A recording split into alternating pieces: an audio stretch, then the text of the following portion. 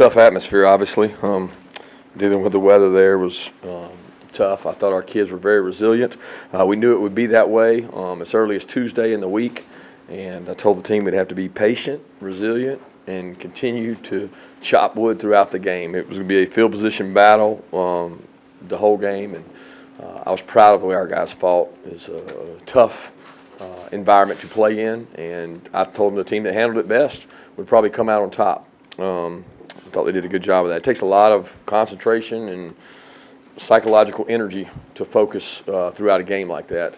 I want to thank our fans that were at the dog walk. I was blown away when we pulled up to the dog walk. There was people out there in the pouring down rain and stayed throughout the game, a lot of them, and they helped us impact the game in the fourth downs that we were able to get some stops. So that was big for us. And with that, I'll open it up. Seemed like Kirby got the ball with 39 at the short front, and then also when Richard got the turnover, it seemed like the offensive line and beyond it really just picked up the extra motivation. I mean, had chances to score. Yeah. Yeah, I think that's a wear and tear effect. It's not, you're not just going to walk out there in those conditions and just walk down the field and score on people. It's just tough. It's tough on them, tough on us, tough to get traction.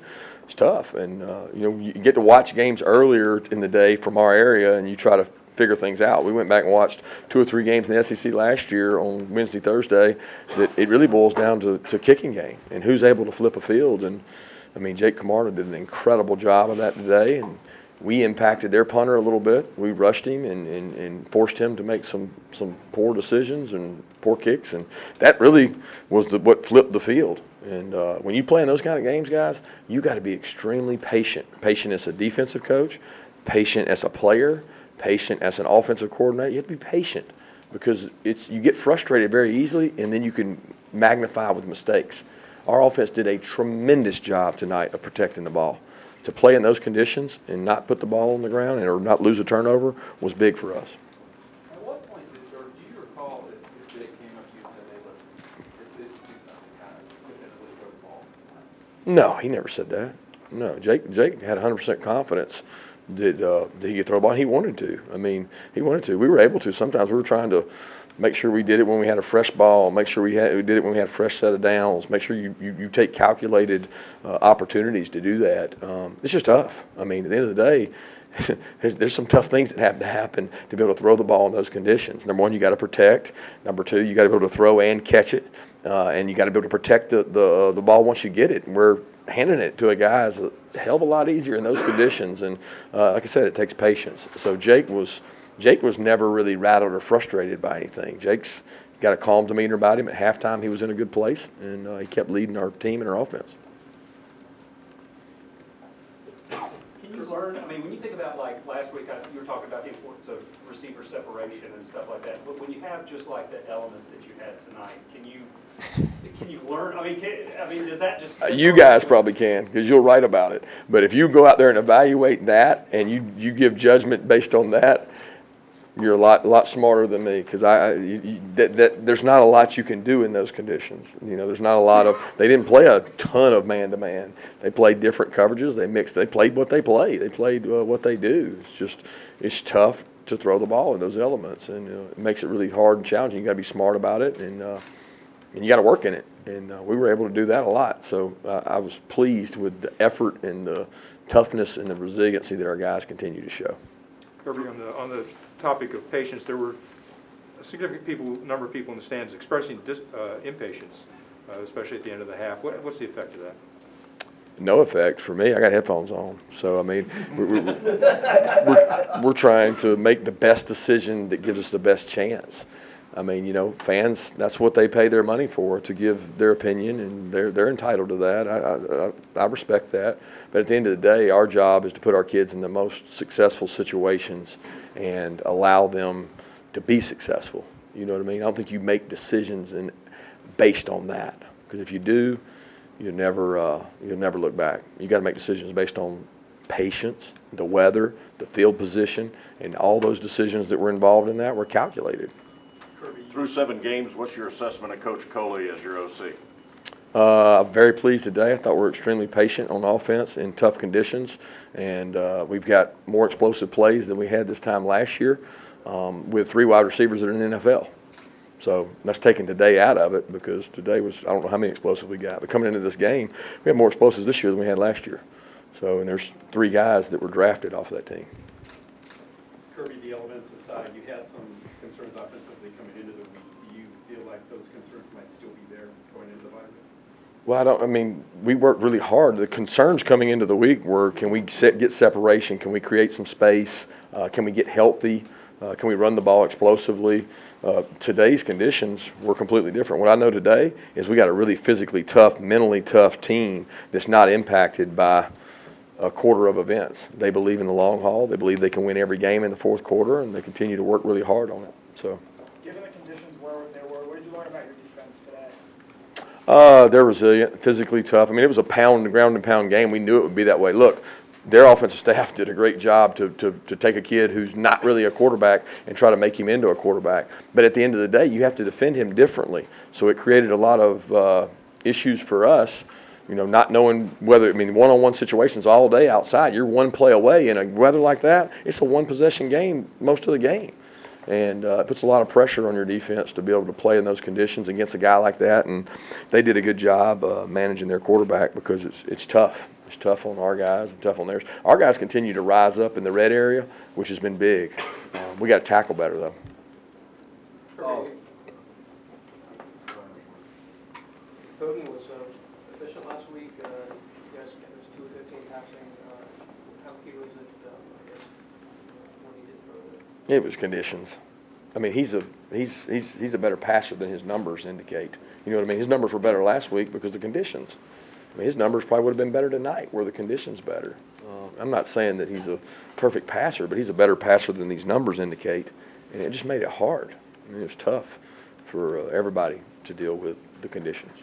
What kind of energy does Swift bring to the team when he makes plays like that? He brings energy without making plays. He's heart and soul, leader, inspirational. The runs kind of get the fans involved.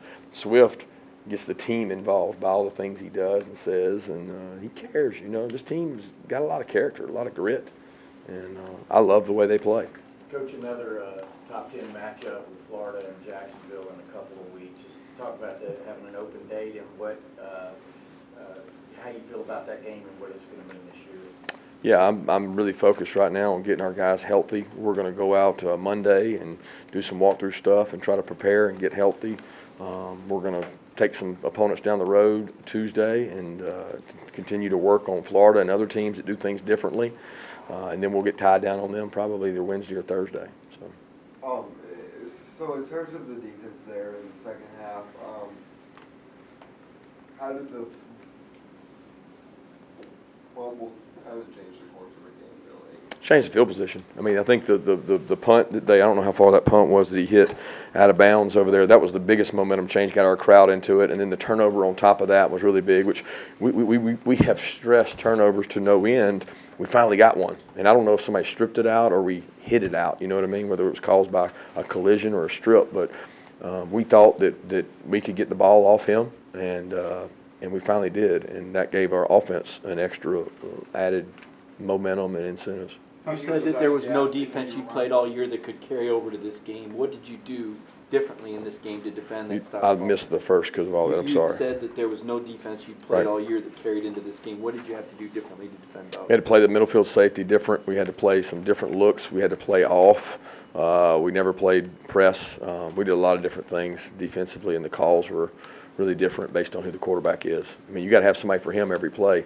So those plays he got out, we had to have somebody assigned to him. We didn't always get him. We missed him, but we had somebody assigned to him. And the people assigned to him sometimes might not be the same athlete that he is.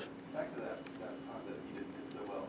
You were seeing the runners of the offense pretty enthusiastic. Do you remember what you were trying to say to them going? You weren't No, I was just energized. We got the momentum back. We flipped the field position. We talked about it at halftime that we had to flip the field position, and we were able to do that. We knew kicking off to them that we had a chance to pin them down there deep. We didn't get it. We didn't get the ball where we wanted. The kickoff didn't get it down there as far as we wanted to.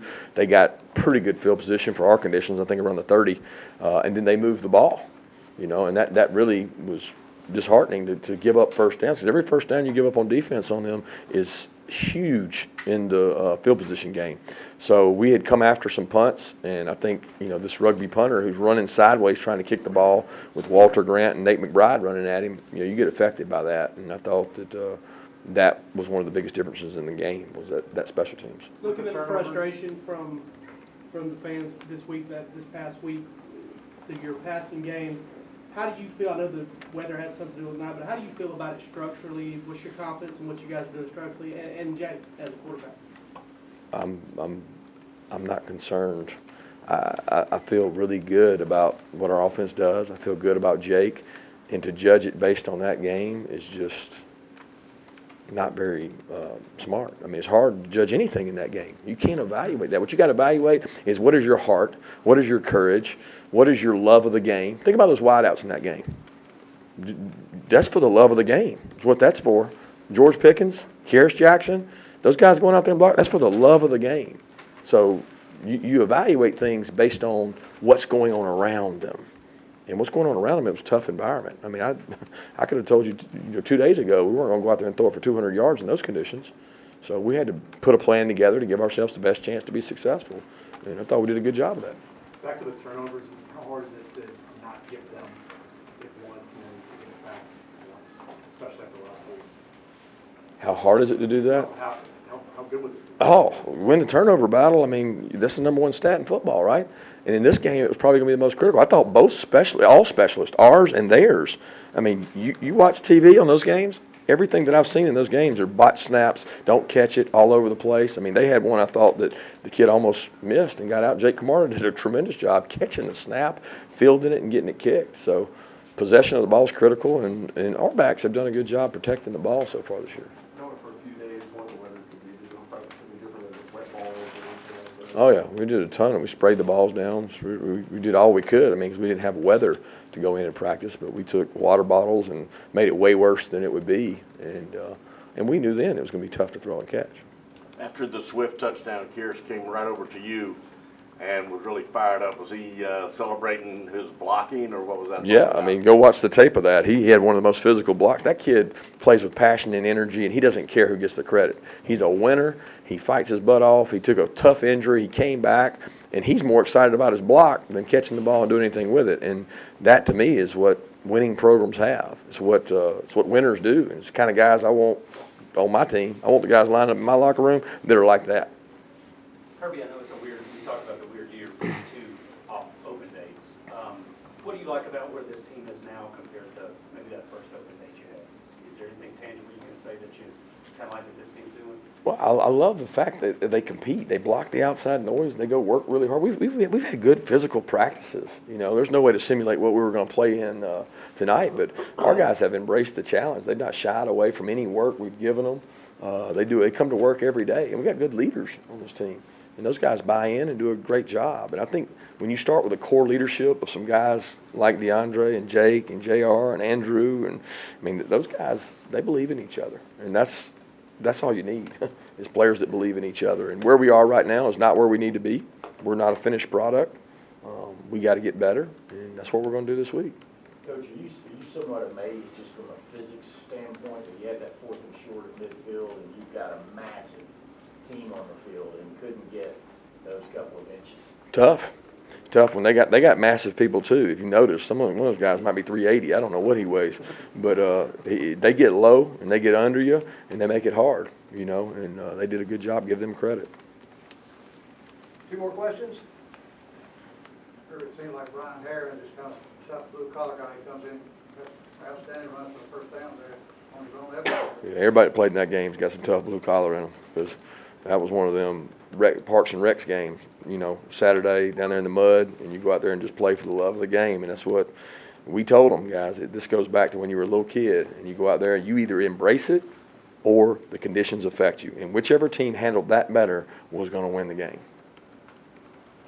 When did you have to say some of the play calling or plan for the week? You had a scrap with the wedding. Did you know that like Thursday night, Friday morning? No, Tuesday we had an outlook that said this might get ugly, and we put some more runs in, some different things in, but I mean, we continued to pass the ball throughout the week too, because we wanted to go to work on the passing game, and we didn't know how bad it was. As the week went on, you get more accurate forecast, and it grew and grew and grew to the point where we thought we would have some shot plays, some play actions early before the weather really hit. But you know, some of those we were able to hit, some of those we weren't. It got worse as the ball stayed out there and the players got wet. So, thanks again.